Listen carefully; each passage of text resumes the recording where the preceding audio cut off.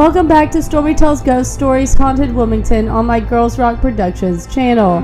Remember to like and subscribe to my channel for more content. Wilmington has a long, rich history. Founded in 1732, in 1804 the railroad would arrive, and by 1850 Wilmington was the largest city in North Carolina. That is when a lot of the antebellum mansions and buildings were built, and many are still standing today. Now, during the 1890s, the city of Wilmington would actually embrace a multiracial government. In fact, the African American population at the time was about 56%, and it boasted a prominent black middle class that was boosted by black-owned schools, black-owned businesses, and even a black-owned newspaper known as the Daily Record. But something sinister was boiling underneath the surface. On November 10th, 1898, a former Confederate officer named Alfred Waddell Moore would rally up 2,000 white supremacists to burn down and vandalize the offices of the Daily Record. Violence would break out in the streets and would cause many of those black residents to flee their homes and hide out in the swamps surrounding the city. The mob would then set their sights on the city government. They would then march the mayor, the chief of police, and the city aldermen all up to the city hall steps, where they would force them to resign and put a puppet government in their place. They then would threaten all of the prominent black and Republican residents, stating that they would shoot and kill any of them should they ever return to the city. Over 200 black residents would flee their homes that night, never to return. And official statements state that there were 60 bodies lying in the streets after that night, but eyewitnesses stated that there were over 100 bodies in the streets, and many were just shoved into the Cape Fear River, never to be seen again. This was one of the ugliest days in Cape Fear in Wilmington history. It was so ugly, in fact, that a lot of the white residents were trying to sweep it under the rug for decades. It's only been in recent years that they've been willing to talk about what happened. Now, we are going to fast forward to today, where we will be visiting some of these mansions that were built back in that antebellum period. From a beautiful Victorian era home to the oldest building still open to the public. From a house that has been haunted since it was built, to the mansion that will forever be tied to the Civil War and slavery.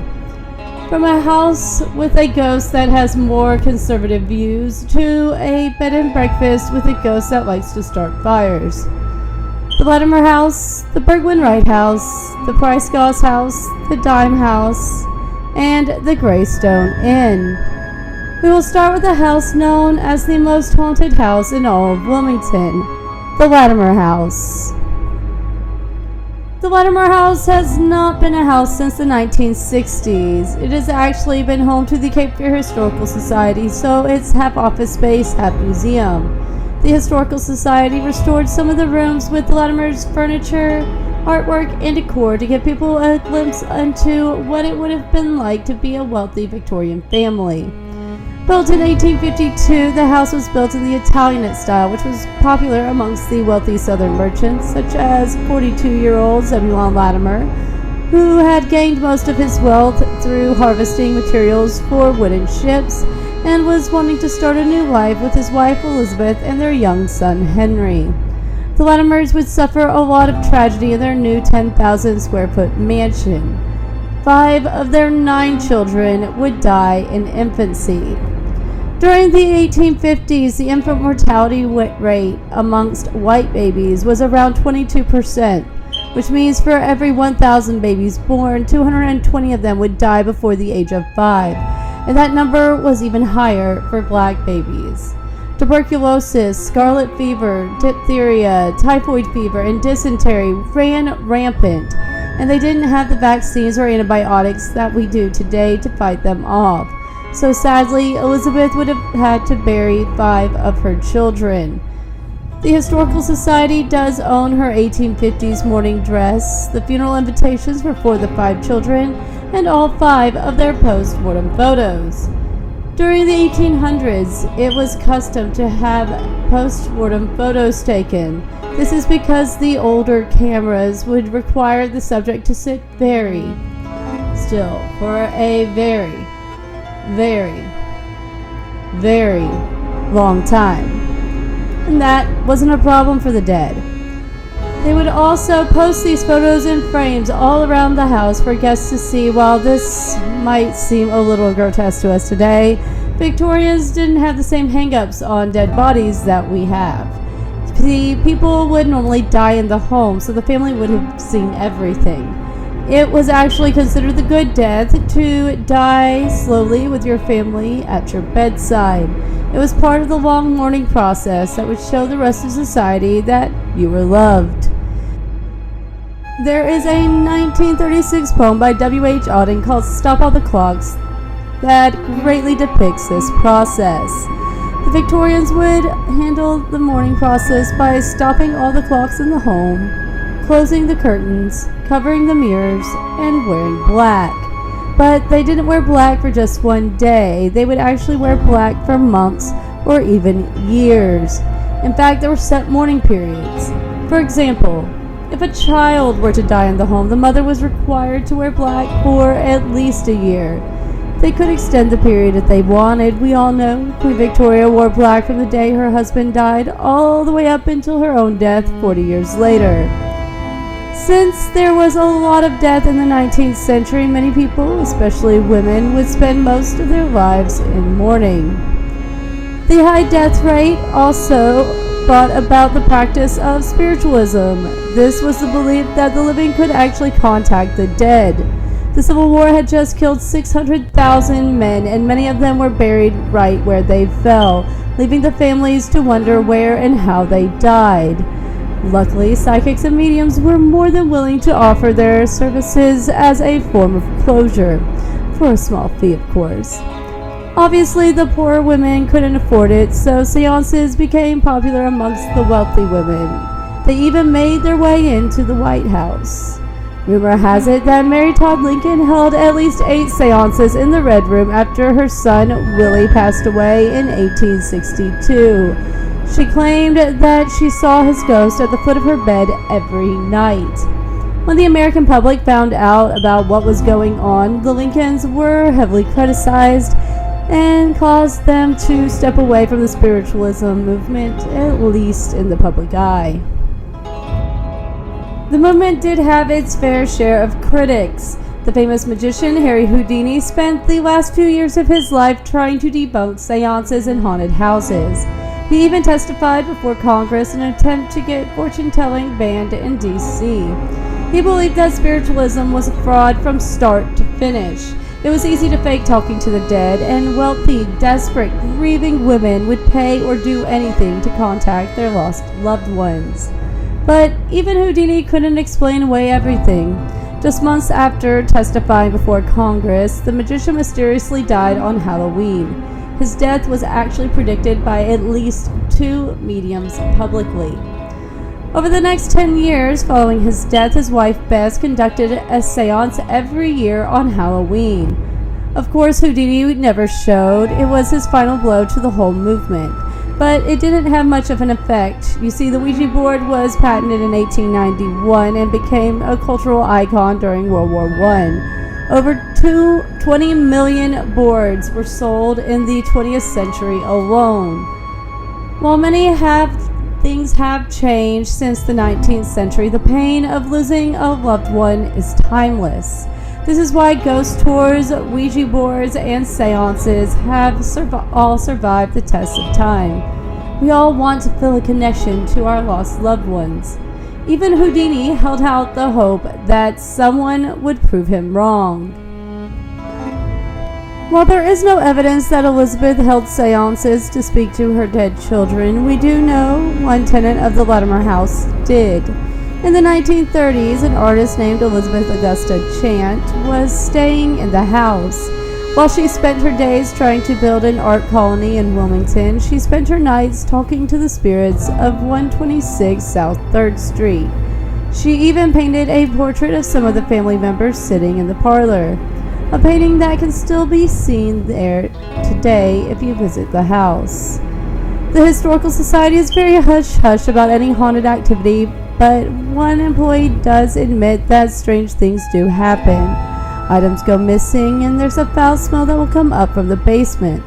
One day, a book of Emily Dickinson poetry actually levitated before falling back down to the ground. People walking by claim to see dark figures standing behind the lace curtains. There is a famous picture floating around the internet of a dark figure standing behind this curtain right here. Some people claim to see Mrs. Latimer in her morning dress. Her children did die in the home, and her family did live in the house up until the 1960s. So it would make sense that she is still tethered to the place. Others claim they see a mustache, and so it has to be Mr. Latimer. Regardless of who the ghosts of the Latimer house are, they don't seem to be hostile. In fact, they seem more relieved that their home has been turned into a museum, preserving their way of life. They can go on living in the Victorian era, even if it's only an illusion. Now let's leave this beautiful Italian-style mansion, and we are going to head over to a colonial-era mansion with a dark past, the Burgwyn Wright House. The Burgwyn Wright House is one of the only remaining 18th century buildings in Wilmington, and it is the only one that is open to the public. All the other colonial-era buildings were destroyed in fires or floods. The Burgwyn Wright House is named for its first two owners, John Burgwyn and Joshua Grainer Wright. John Burgwyn was a British merchant, planter, and politician. He would arrive in Wilmington in 1752 and commissioned the house to be built in 1770. He would only live in it for about 5 years, though, as he would flee back to England in 1775 when he claimed to have broken his leg.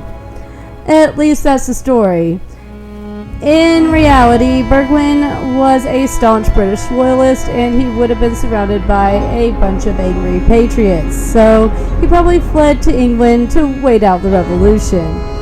While he was away, he did rent out the home, and it was briefly taken over by General Cornwallis in the British-occupied Wilmington in 1781. Burgwyn would sell the home to Joshua Grainer Wright in 1799. The Wright family would live in the home up until 1868, and that is when Joshua's grandson would sell the home to the McCrary family, who would live there until the 1930s. Until 1930. In 1930, the building was set to be dismantled and moved to put a gas station there, but the owners would have a change of heart when the National Society of Colonial Dames of America, say that 5 times fast, decided that they were going to try to raise the money to purchase the property. They would buy it in 1937 for a whopping $21,000. And that was a lot of money for that time, because remember, this is just after the Great Depression. So they would then restore it, and they opened it up as a museum in 1951. So the most interesting thing about the Burgwyn Wright House has nothing to do with its former owners or even the building itself. Its dark history actually lies in its foundation. Now, just along the bottom of the building, you can actually see that it is actually built on top of a wall of ballast stones. AC didn't exist in the 18th century, so airflow was key. People would build their homes up off of the street so that that beautiful sea breeze could just come through the windows and cool down the entire building. Raising it off the streets would also protect the building from flooding during hurricane season, so there would be many advantages to buying property that already had a stone foundation, which is why Burgwyn would have purchased the land back in 1770. But for 24 years prior to that, those 4 walls actually housed the old Wilmington jail.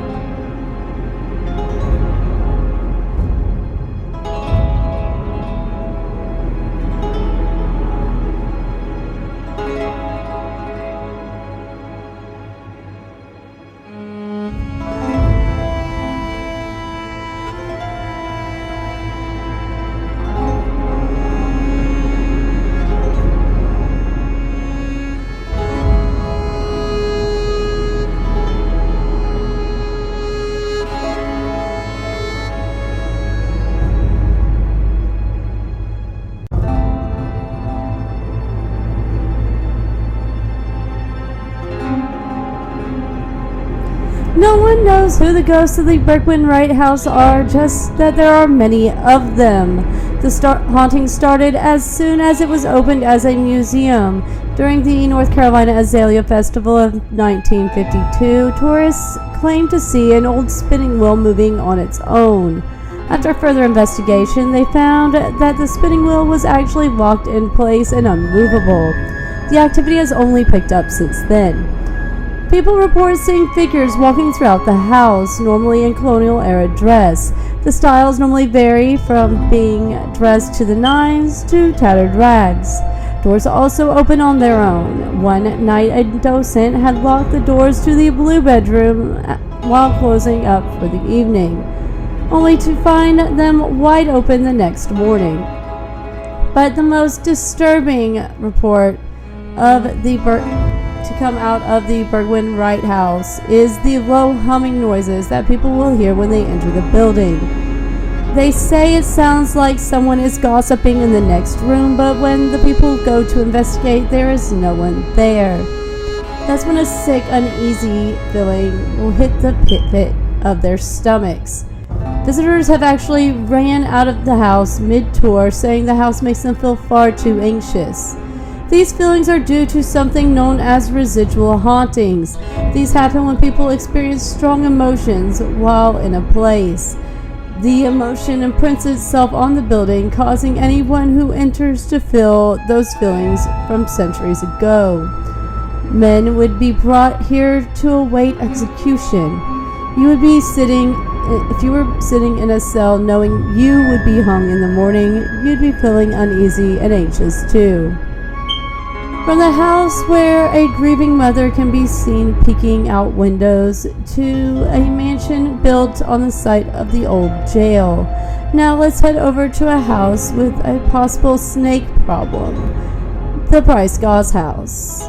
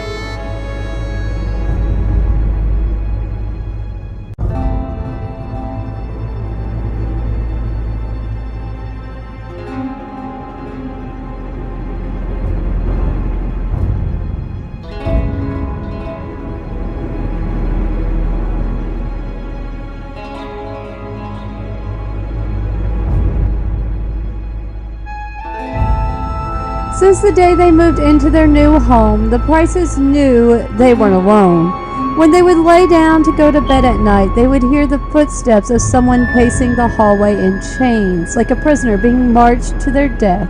But the experiences didn't stop there. Items would go missing, disembodied voices, and the thick smell of tobacco smoke would occasionally fill the room. During the summer months, the house would become infested with snakes.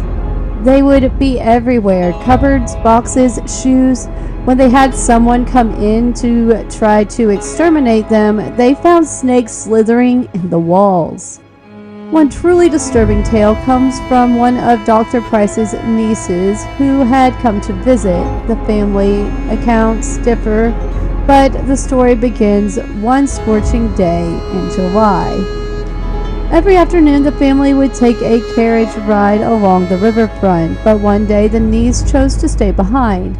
She sat in her bedroom in front of the beautifully ornate mirror and began brushing her long auburn hair. Even with the windows open, the room was stifling hot, so when the temperature quickly began to plummet, she felt ill. But she was too innocent to wonder why the room was cooling. She just knew it felt good. She continued to brush her hair until a few minutes later when the mirror began to fog over.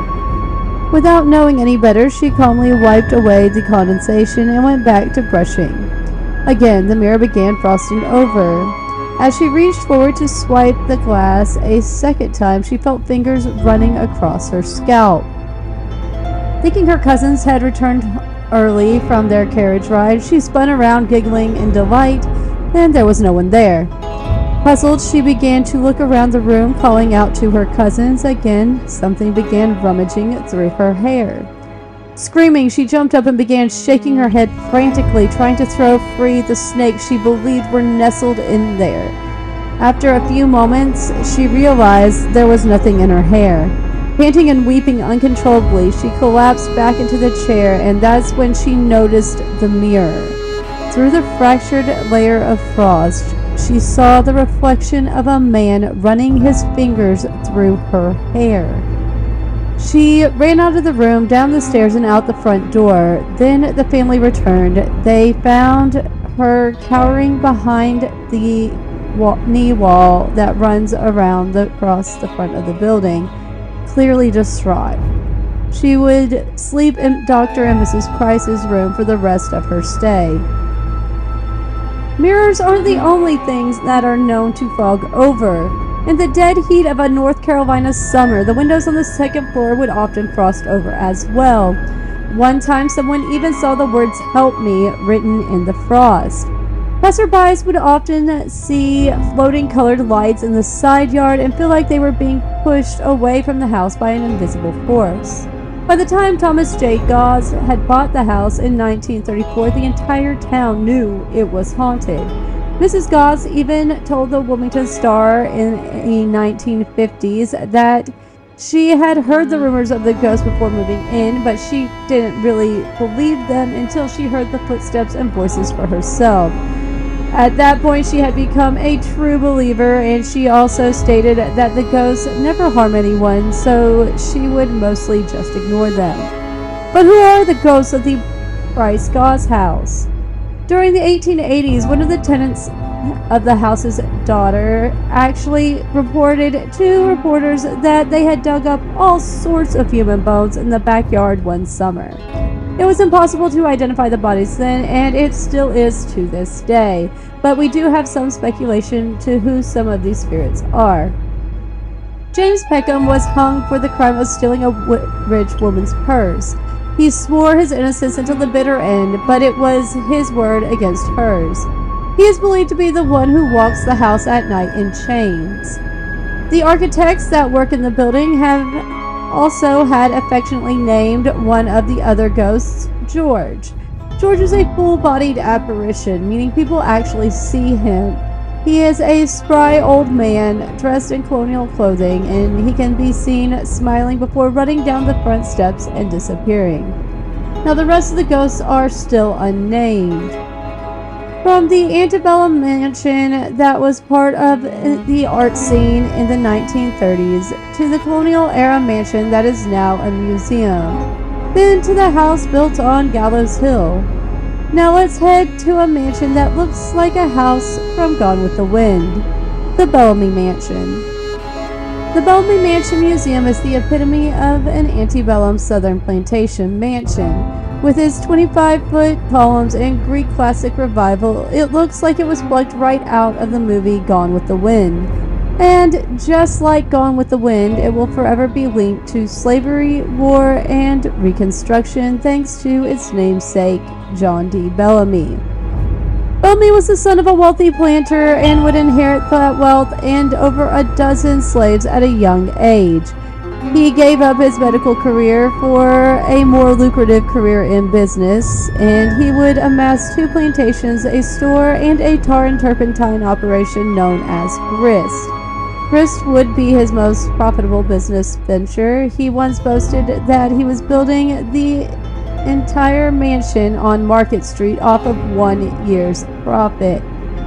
The construction of the mansion would mostly be done by slaves and free persons of color who put 2 years' worth of blood, sweat, and determination into building the building. And their skill is evident in every aspect, from the basement to the Belvedere. The Bellamy family moved into their new home in March of 1861, just a couple months before North Carolina would secede from the Union. Now, while the rest of Wilmington was worried about what the secession would mean for commerce, Bellamy threw a parade.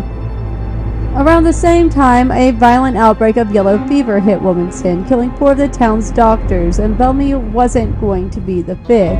He ushered his family to his second plantation to wait out the outbreak and the war.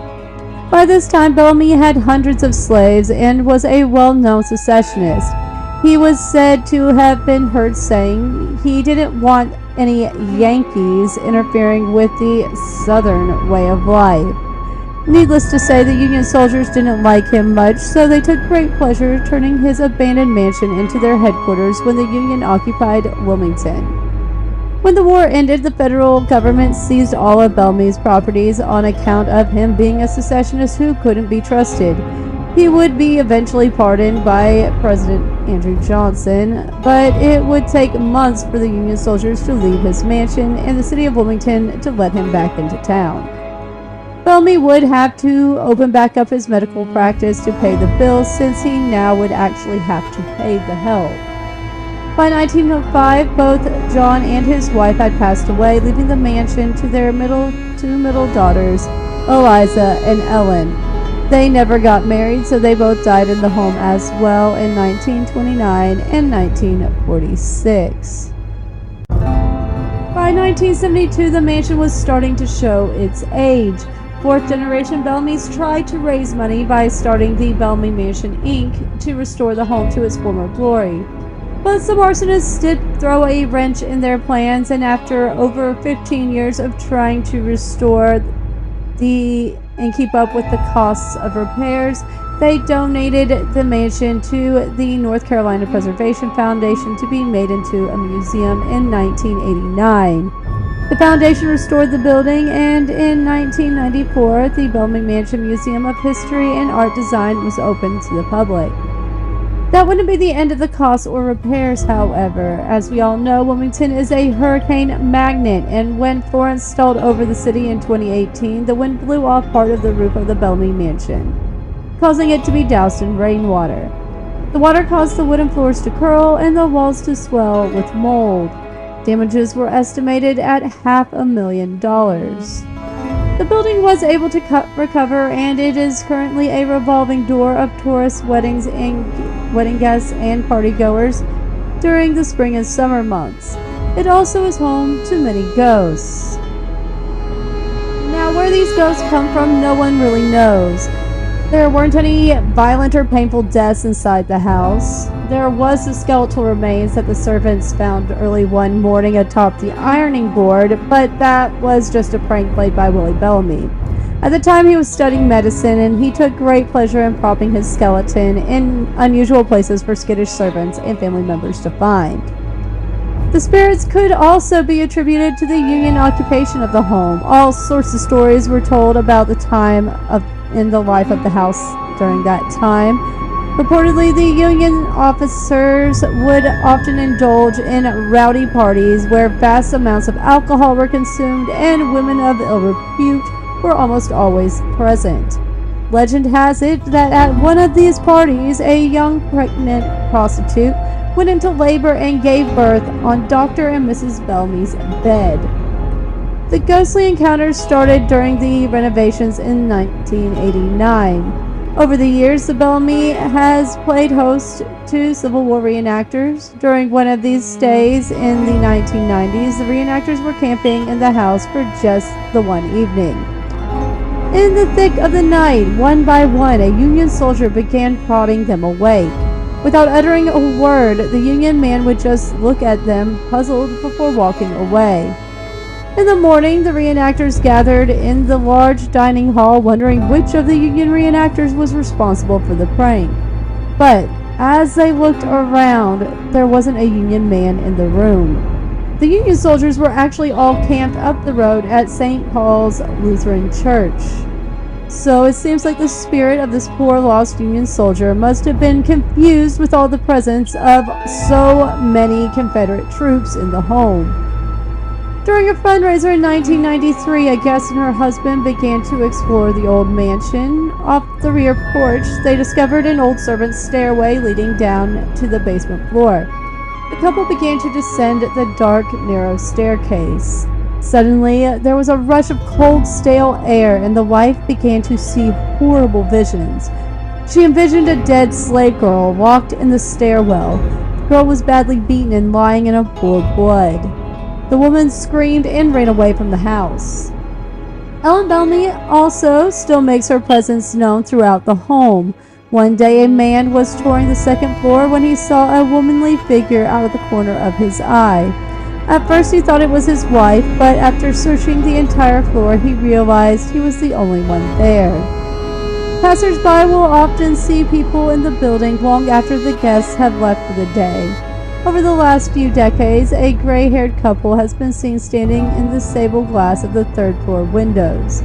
The man is dressed in a military uniform and the woman in a flared antebellum gown. People will also see a murky white skull peering out of one of the back windows. But some of the most disturbing reports are those of the children. The faces of small children have been seen gazing out of the fourth floor window overlooking Market Street. This is where the children's stage is located, where the Bellamy children would play for hours on end. The small gaunt faces stare blankly ahead.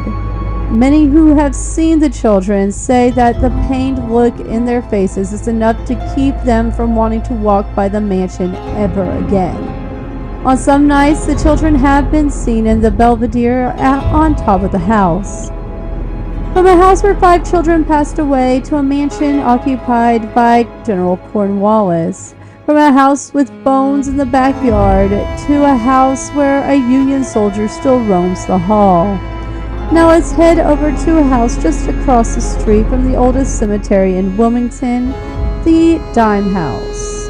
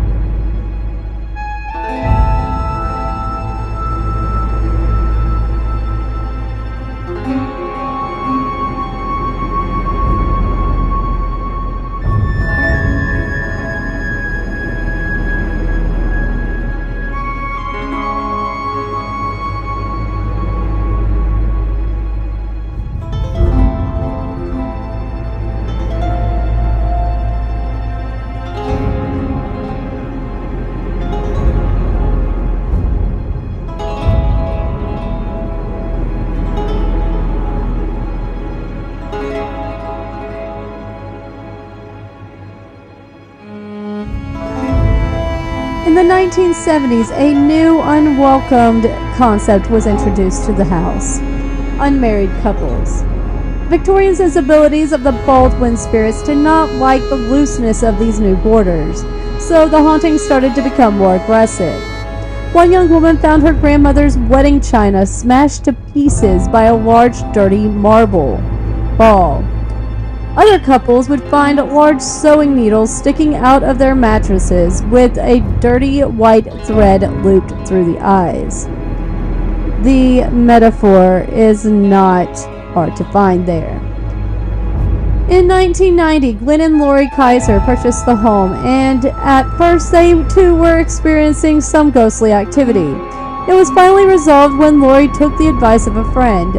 She had a little chat with Emma, inviting her into the home and to be part of the Kaiser family. This is when the Kaisers started receiving their own little gifts around the home. Dimes started being placed around the home. They were always left in unusual places and always on the head side of the coin, completely rubbed clean of its shine, and almost always had a significant date. On October 8, 1990, Lori would find the first dime on the upstairs bathroom sink. It was dated 1966. Their wedding anniversary was October 8, 1966. While the dime might not have been the largest gift exchanged that day, it certainly was the most cherished. On one afternoon, Glenn and Lori were running errands and their daughter was visiting from college. They asked her not to make too much of a mess because they were expecting on having company later that evening.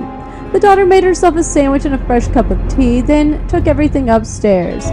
She decided she would clean up the kitchen after a quick nap.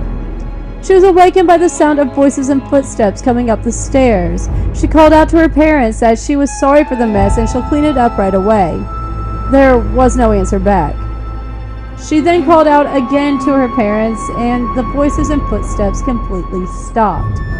At this point, she was starting to get very nervous. She then heard the rolling and pinging sound of something dropping into her teacup. When she looked into the empty mug, there was a dime. She raced out screaming out of the house, jumped in her car, and sped off.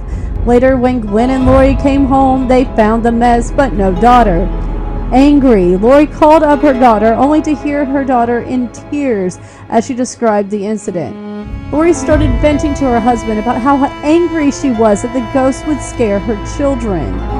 Later that evening, they were sitting on the front porch with their friends when one asked, "What's with the dimes?" "Which dimes do you mean?" Glenn would respond. "Those dimes behind you," they stated. When they turned around, they saw 8 dimes in 4 stacks of 2 balancing on the railing behind them.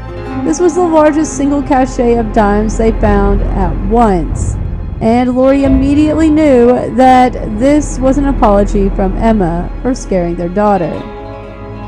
This house is actually still privately owned to this day, but if you walk by, Emma still might leave you a dime. We started with the house that was turned into a Victorian-era museum, then went to a mansion where hundreds had suffered. We then moved on to a house turned architecture firm where windows fog over in the summer, and moved on to a beautiful mansion where children still play in the Belvedere. Now, let's leave this house on the street where they collected the yellow fever victims and head over to our final stop, a bed and breakfast that has an unusual way of catching on fire, the Greystone Inn. Built in 1905, the Greystone Inn was built by Elizabeth Haywood Bridgers and was originally known as the Bridgers Mansion. It was one of Wilmington's most opulent residences at the time, and it was a family home up until the 1930s. Then from 1944 to 1972, it was used as an American Legion post. Finally, in 1982, it was opened up as a bed and breakfast known as the Greystone Inn. The ownership would change hands one more time in 1998 and then also in 2021. While there is no confirmation the building is haunted, the building has had 7 fires in its 120 years. But this building is also connected to the film industry here in Wilmington in more ways than one. Since 1983, hundreds of movies and TV shows have been filmed here. A couple of my favorites TV shows are Sleepy Hollow and One Tree Hill. And movies would be The Conjuring and A Walk to Remember. The Greystone Inn is actually used in the filming of Sleepy Hollow. It is used in one of the episodes as a Masonic Lodge. You see Crane's character walk up the stairs into the building where he finds the Freemasons all beheaded inside. Our story is going to take place in 1993 on the set of The Crow. Many of you already know that Brandon Lee was the son of Bruce Lee and a young up-and-coming actor looking to follow in his father's footsteps. The Crow was supposed to be that movie that was going to launch his career, but tragically it would end it. On March 30th, 1993, the cast and crew would gather on set at Screen Gym Studios, where they wanted to film the scene. We're going to film the scene where Lee's character runs into a group of armed gangsters. They wanted this scene to be as realistic as possible, so the prop gun was actually a real .44 revolver with some blank bullets. During a practice test, one of the dummy bullets got lodged into the barrel of the gun. No one thought to check the gun before filming, so Brandon Lee was shot at full force by the bullet in the stomach. He would then be rushed over to New Hanover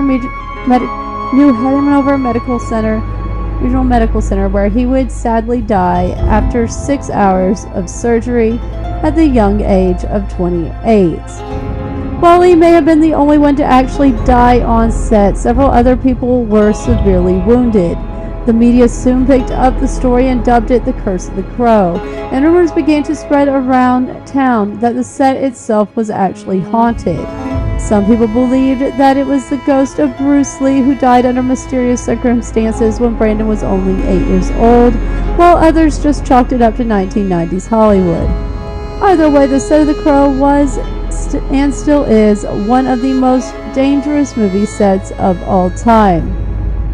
Now, a side note, just like Brandon Lee's character died the day before he was supposed to get married, Lee also died just a couple weeks before he was supposed to be married here in Wilmington. Now, the Greystone Inn was actually used to host the wrap party for The Crow back in 1993, and this party was actually said to be more like a wake for a funeral than an actual party because of all the negative things that had gone on during the filming. Well, that concludes this week's video of Stormi Tells Ghost Stories Haunted Wilmington. I hope you enjoyed hearing some of the darkest stories the beautiful city on the beach has to offer. From the house filled with unbelievable sorrow to a mansion where doors open on their own. From the house with snakes in the walls to the house once owned by an evil secessionist. From the house where the ghost loves to leave gifts to the final stop that's been featured multiple times in the film industry. The Latimer House, the Bergman Wright House, the Price Gauze House, the Bellamy Mansion, the Dime House, and the Greystone Inn. Don't forget to check out some of my other playlists while you are here on Stormi Teaches Music. I release a cover video on Mondays at 6 p.m. Eastern, and a video of me teaching the song covered on Wednesdays at 6 p.m. Eastern. You can catch the live stream of the lessons on Wednesdays at 9 a.m. Eastern on my Patreon. On the Stormi Does Arts playlist, I have some partial videos of the live streams that you can get on my Patreon for the gold tier or higher. These streams are daily at 11 a.m. Eastern. There is a link to my Patreon in the description box and comments below. Time for the poll for the next city we'll be visiting in December of 2025. I already have the city planned for November, and you will find out that one on the first Tuesday of November. This will be another international city. In the comment in the comments below. Choose between A. Dublin, Ireland, B. St. Petersburg, Russia, C. Madrid, Spain, and D. Rome, Italy. Also, I do have a one-time donation option on my Patreon that goes towards building a new form of public school. This will be a non-profit organization that will teach our children how to think, not what to think. I believe in the recent events, it has been proven that the current public school system is toxic and has been indoctrinating the most innocent and those who should be the most protected. Everything donated to that option on my Patreon goes 100% to this fund. I am also open to teaming up with PragerU, TPUSA, and any other independent, moderate, or conservatives, and even liberals who want nothing to do with the radical socialism that we have been seeing rising up over the last 15 years. That would be like to help with this idea. Finally, check out Stormi Talks True Crime for some of the most heinous crimes in history. New videos are posted on Thursdays at 6 p.m. Eastern. For anyone who wants to make a one-time donation to the channel to help keep it running while I'm building my audience, there is a QR code to my Venmo and CashApp on the screen. There is also a link to both in the description box and comments below. If you're ever in Wilmington, North Carolina area, sign up for the Wilmington Ghosts Walking Tour or the Wilmington Spirits and Spirits Pub Crawl with U.S. Ghost Adventures. You can have me or one of our other talented guides show you around our historic downtown and hear some of the darkest stories the beautiful city on the beach has to offer. While you're visiting, if you decide you want to stay or buy a vacation home, check out my Moving to Coastal Carolina channel and contact me, as I am a licensed realtor in the southeastern North Carolina area. Tune in next Tuesday at 6 p.m. Eastern for the next video on Stormi Tells Ghost Stories, Haunted Wilmington. Until then, have a great week and stay safe.